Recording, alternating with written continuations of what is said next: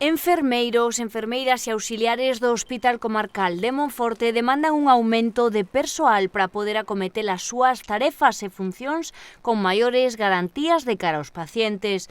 Para iso presentaron formalmente un escrito perante a Dirección de Enfermería do centro. Son enfermeiros e auxiliares das plantas de Medicina Interna e de Especialidades que agardan que se cumpra a súa petición despois de terse reunido hoxe coa nova xerencia do hospital, pese a que a súa demanda é pública xa dende o mes de xaneiro.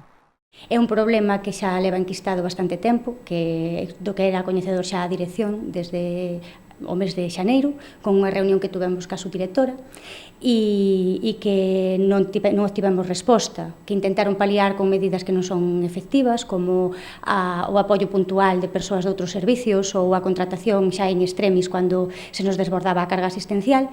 Entonces, ante a pouca resposta que obtivemos e esas medidas que para nada paliaban o problema, pois decidimos, os traballadores da planta e algúns outros traballadores que pasaron por a planta ou que saben da problemática do servicio, pois facer un escrito con firmas de profesionales sanitarios, que foi o que entregamos onte.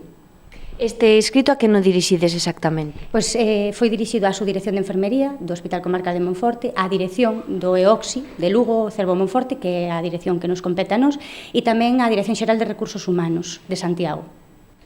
Tivestes algunha reunión xa co novo xerente falando do tema?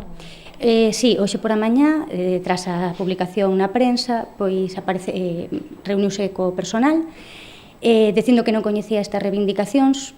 Pareceunos desculpa porque ele é traballador do hospital, antes de ser xerente traballou no hospital. Calquer persoa que traballa no hospital comarcal sabe que esas plantas son dunha carga asistencial grande e que ademais está agravada por o problema demográfico ao que nos enfrentamos. E, bueno, o que sí deixou a porta ao diálogo aberta e neso estamos nestes momentos. O sea, que é posible que se solucione. Home, esperamos que sí. Nós, dende logo, non vamos a cesar nas reivindicacións, nin vamos a parar. Pensamos tamén poñelo, ademais de ser público para que os usuarios o sepan, pois non descartamos tamén a recollida de firmas entre os usuarios, reivindicando, claro, pois o seu dereito a unha calidade asistencial óptima. En que afecta principalmente no voso traballo ou no servizo aos pacientes a falta deste persoal? Pois son a maior parte deles pacientes dependentes para as actividades da vida diaria, os que hai que facerlle de todo, incluso darlles de comer, e axudarlos a levantar, e, vamos, basicamente hai que facerlles todo, manipulalos, movelos.